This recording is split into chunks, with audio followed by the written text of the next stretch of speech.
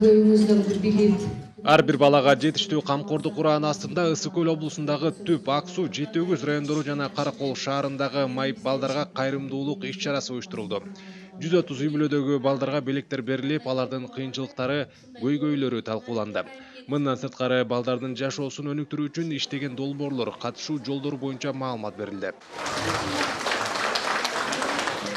Ысык көл областында көптөгөн мүмкүнчүлүгү чектелген балдар бар. Алардын ичинен азыр биздин ушу кафеге келгени 130 бала келип берди. Бул балдардын көбү эле коляскада отурган, тяжелый формадагы балдар бар. Кээ бир семьяларда бар экен, бир 3-төн 4төн балдар бар экен.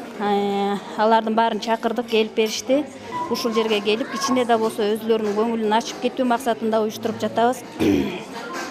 Ошо биз дагы ыраазычылык билдиребиз 5 балдар фондуна. Бул фонд бизге уже 2-3 жылдан бери иш алып барып атат. Биз да чогуу иш алып барып жатабыз. Азыр биз толугу менен Ысык көл областын камтып, ушундай иш-чарага чакырдык.